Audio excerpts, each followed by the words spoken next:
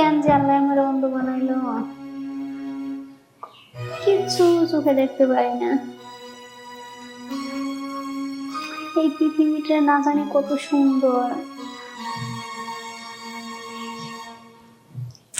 জিনিসপত্র না জানি কত সুন্দর।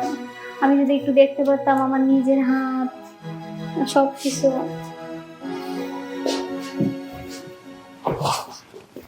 কে? আরে আমি। শিলা, তুই এখানে একা একা বসে আছিস, মা কোথায়? ভাইয়া কবে আইসস তুই? এই যে মাত্র আসলাম। মাত্র আইসস? হ্যাঁ। মা? আরে মারে তো দেখতেছি না, ডাকতে ডাকতে আসলাম, মারে পাইলাম না। তুই এখানে একা একা বসিস, কেমন আছিস তুই? মা মনে হয় রান্না করে রে। আমি ভালো আছি ভাইয়া। তুই তো অনেক সুন্দর হয়ে গেছিস আগের চাইতে। বড় হয়েছি না? হ্যাঁ তাও ঠিক, বড় হইলে তো অনেক সুন্দর হয় মানুষ এমনিতেই। তো কেমন আছিস তুই? ভালো আছি ভাইয়া। আচ্ছা শুন, প্রেম টেম করছিস নাকি কোনো? তোর যা কথা ভাইয়া, আমি অন্ধ মানুষ, আমার সাথে কে প্রেম করবে বল? আরে তাতে কি হয়েছে, তুই তো অনেক দেখতে অনেক সুন্দর, তোর সাথে যে কেউ প্রেম করবে, চোখে দেখোস না, তাতে কি হয়েছে? দেখতে তো এমনি সুন্দর আছিস। সুন্দর হইলে তো আর হইবে না ভাই, মানুষের তো একটু চোখে দেখে সবকিছু, ওরকম একটা মেয়ে চাই, বুঝিস না? হ্যাঁ তাও ঠিক। না সত্যি তোরে আমার অনেক ভালো লাগে তো, মানে তুই দেখতে অনেক সুন্দর, রূপে গুণে সব দিকে তুই ঠিক আসছিস, কিন্তু তোরে মানুষ ভালোবাসে এটা তো বিশ্বাস অযোগ্য। আর তোরে বিয়ে শাদী দেওয়ার ব্যাপারে মা কিছু বলে না? মাও কিছু বলে না, কারণ মা তো জানে যে আমি অন্ধ, আমাকে কে নিবে বল? শোন, আমি তোকে বিয়ে দিয়ে দিব বুঝছিস, আমার এক বন্ধুর সাথে। আমার একটা শর্ত আছে, যদি তুই আমার এই শর্তে রাজি হোস। কি শর্ত ভাইয়া? আর তুই তো আমার সৎ বোন বুঝছিস, তুই তো আমার আপন বোন না, সৎ বোন। কিন্তু আমি তোরে না আমার অন্য চোখে দেখি, তোরে না দেখতে আমার অনেক ভালো লাগে। কি বলো ভাইয়া? আরে কি বলি, মানে আমি আমি যা বলছি তা ঠিকই বলতেছি। তাহলে ওই ছেলেদেরকে নিয়ে এসে আমাকে দেখাইতে ভাইয়া। আচ্ছা সে তোর ছবি দেখছে আমার কাছে বুঝছিস, আর সে দেখেই তোর রাজি হয়েছে। তুই যদি আমার এই শর্তে রাজি হোস, আমাকে একটু টাইম দিবি, আর ওই ছেলের সাথে আমি তোর বিয়ে দিয়ে দিব। কি টাইম ভাইয়া? বুঝছিস না গার্লফ্রেন্ড বয়ফ্রেন্ড কি করে, যে এইগুলা। সি সি সি ভাইয়া, তুমি যদি কি গো, তুমি আমার ভাইয়া, তোমার আবার টাইম দেবো কেন? একটু কথা বললো ভাইয়া। আরে তাতে কি হয়েছে, তুই আমার কি আপন বোন? তুই তো আমার সৎ বোন। এসব কথা কইও না ভাইয়া, আমি তোমার আমার আপন ভাইয়ের মতোই দেখি। তুমি আমার ছোটবেলা থেকে কত আদর করে বড় করছো, আমার স্কুলে নিয়ে স্কুলে যাইতা, মজা খাওয়াইতা, দোকানে যাইতা, এইটা তুমি কি গো ভাইয়া? শুন, তাতে কি হয়েছে, এই যে আদর করে করে করে তো তোরে বড় করলাম, এখন তুই যদি আমার এই চাহিদাটা না মিটাস তাহলে কি হবে?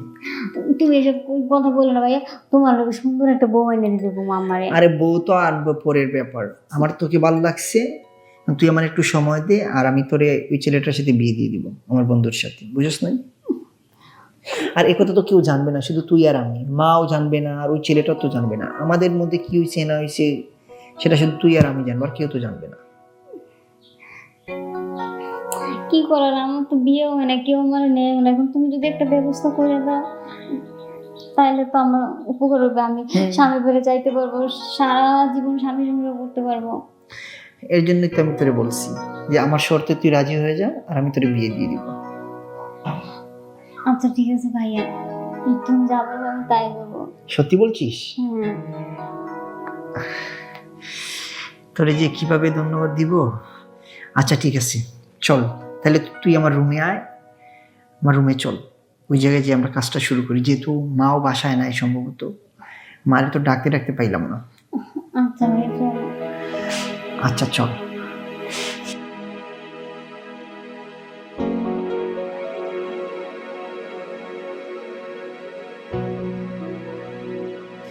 চল।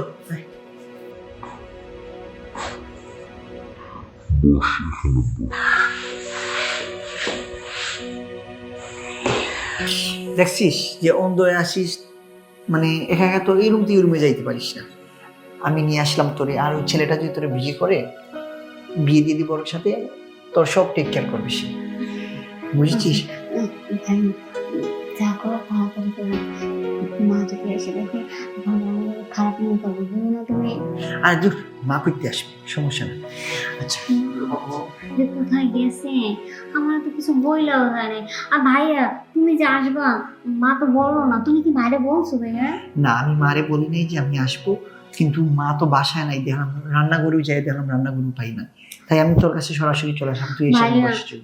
মার কাছে জানি এবার তুমি বললো না যে আমি এরকম কাজ করছি, কারণ এরকম কাজ আমি করতাম না ভাইয়া তোমার সাথে। কারণ দেখো তো আমার বিয়ে হয় না, আমার বয়স তো কম হয় না, 35 বছর হয়ে গেছে, কিন্তু অন্ত দেখে কেউ বিয়ে করে না। এখন যদি তোমারে যদি একটু আমি দেই, এই উচিলে যদি আমার একটু বিয়ে হয়, তাহলে তো বুঝো আমার শখটা মিটবে। আরে পাগলি, আমি এগুলো বলবো নাকি কাউকে, পাগল নাকি? আর আমার একটা মান সম্মানের ব্যাপার আছে না, আর তুই আমার সৎ বোন, আর এগুলা যদি কেউ শুনে মানুষ কি মনে করবে?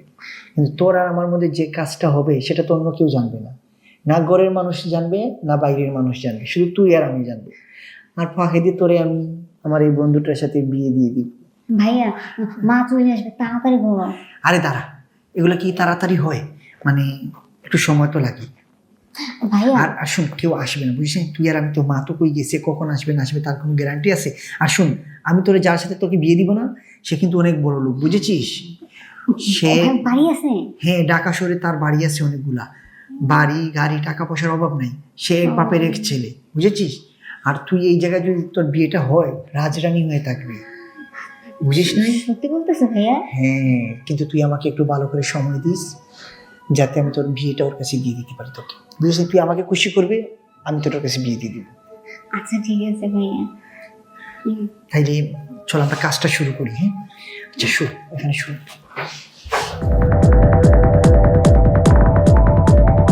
রাজু, আরে মা, তুমি? স্মৃতি, মা, ওঠ ওঠ। না মা, ও ভাই আমার নিয়েছে এখানে। তুই চুপ থাক, তোর বলতে হবো না, আমি বুঝছি। মা। রাজু, এই এই রাজু, তুই এটা কি করছিস? এই বেয়াদব ছেলে, তুই এটা কি করছিস? এই, মা, আমার ভুল তুই হয়ে গেছে। আমার পেটের সন্তান, আর ও আমার সৎ সন্তান, কিন্তু ওর জায়গা থেকে ও অন্ধ হলে কি হবে? ওর জায়গা থেকে ও ঠিক আছে। তুই চোখে দেখো সব কিছু, বুঝোস, লেখাপড়া করস, সব কিছু ভালো জানোস, তারপরে তুই এত বড় সর্বনাশটা কেন করলি এই অন্ধ মেয়েটারে? কি রে? মা, আমার ভুল হয়ে গেছে। ভুল হয়েছে, এটা বললাম আর সব সমাধান হয়ে গেল? এই তোরে আমি লেখাপড়া করাইছিলাম এটার লেগে, এই এই তোরে এটার লেগে লেখাপড়া করাইছিলাম? তোর মতো সন্তানের মুখ দেখতে আর আমার ইচ্ছা করতেছে না, বুঝছিস? মা, যা, তুই বাইরে যা, এখান থেকে বাইরে যা। মা, তুই মনে কষ্ট নিস না মা, তোর অনেক কষ্ট হয়েছে, তোর অনেক মা, সর্বনাশ। আমার বলছে একটা ছেলের সাথে বিয়ে দেবো। মা, আমার তো বিয়ে মা হয় তোর না। বলতে হইব না, আমি বুঝছি মা, তুই চিন্তা করিস না, যত টাকা পয়সা লাগে, যত যা লাগে সব দিয়েও আমি তোর বিয়ের ব্যবস্থা করবো মা। আমি বুঝতে পারছি ও আমার পেটে সন্তান হয়েও আমার এতটুকু সম্মানের প্রতি ইয়া করলো না, কিন্তু তুই মা আমার সম্মান দিকে রক্ষা কর। মা চিন্তা করিস না, আয় মা যাই।